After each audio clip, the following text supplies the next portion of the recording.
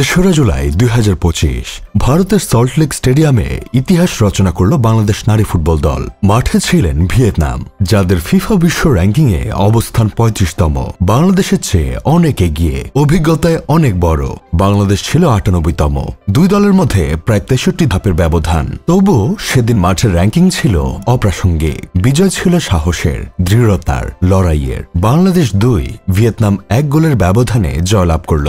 এই জয় নিশ্চিত করল এশিয়ান গেমসের কোয়ার্টার ফাইনালে জায়গা, একটি ঐতিহাসিক মাইলফলক যা দেশের নারীদের ফুটবল ইতিহাসে নতুন অধ্যায়ের সূচনা। এই দল এসেছে অগণিত বাধা পেরিয়ে, সমাজের অবজ্ঞা, কুসংস্কার আর সীমাবদ্ধতাকে চ্যালেঞ্জ জানিয়ে। তারা বলেছে, আমরাও পারি, আমরা দেশের গর্ব। শুধু দক্ষিণ এশিয়ার সীমানায় নয়, এবার গোটা এশিয়া তাদের নাম উচ্চারণ করছে সম্মান আর শ্রদ্ধায়। তাদের যাত্রা শুরু হয়েছিল অনেক আগেই। ২০২২ সালে সাফ চ্যাম্পিয়নশিপে প্রথমবার মতো শিরোপা জয়ের মধ্য দিয়ে। নেপালের কাঠমান্ডুতে অনুষ্ঠিত সেই টুর্নামেন্টে তারা ফাইনালে নেপালকে পরাস্ত করে দেখিয়েছিল বাংলাদেশ নারী ফুটবল বিশ্বমঞ্চে প্রবেশের যোগ্য।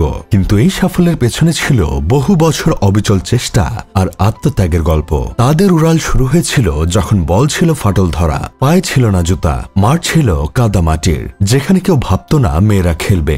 সমাজ বলতো ফুটবল ছেলেদের খেলা, মেয়েদের মাঠে যাওয়ার দরকার নেই। তবু মেয়েরা বলেছিল, আমরা খেলবো, আমরা জিতবো, আমরা গড়ব নতুন ইতিহাস।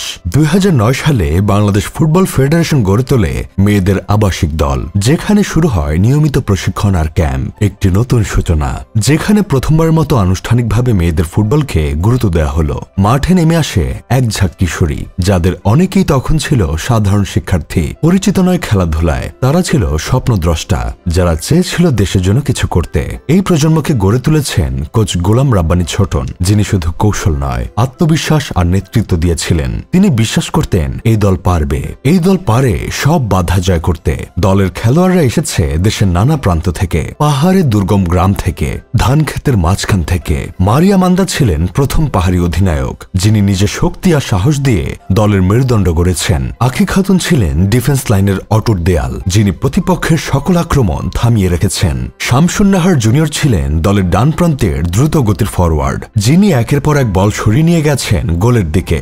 সামনে ছিলেন সাবিনা খাতুন, যার গোলের দক্ষতা আর নেতৃত্ব দলের হৃদয় স্পন্দিত করে। তাদের জয় শুধু ফুটবল খেলায় সীমানায় আটকে নেই, এটা ছিল সমাজের পুরনো বিশ্বাস ভাঙার লড়াই। মেয়েরা তাদের ঘাম ঝরিয়েছে মাঠে, ত্যাগ করেছে ঘর ছাড়া দিন, চোট সামলে ফিরে এসেছে আবারও। তারা ভেঙেছে সব রেকর্ড, ভেঙেছে সব ভীতি, ভেঙেছে সব কুসংস্কার। এখন দেশের প্রতিটি কোণে মেয়েরা ফুটবল খেলার স্বপ্ন দেখে। ঢাকার ব্যস্ত রাস্তায় হোক বা দূরের গ্রামে, ছেলে মেয়েরা ফুটবল মাঠে নামছে নতুন আশা নিয়ে। ছোট ছোট মেয়েরা সাবিনা খাতুনের মতো গোল করার স্বপ্ন দেখে, আখি খাতুনের মতো শক্তিশালী হয়ে ওঠার কথা ভাবছে। ভিয়েতনামকে হারানো শুধু একটি ম্যাচ জেতার ঘটনা নয়, এটা ছিল বিশ্বাসের জয়, সাহসের জয়। এটাই এখন নতুন বাংলাদেশ, যেখানে নারীরাই ফুটবলকে তুলে এনেছে দেশের অহংকারে। এরা শুধু বল চালায় না, তারা গড়ে তুলছে নতুন পরিচয়, নতুন ইতিহাস।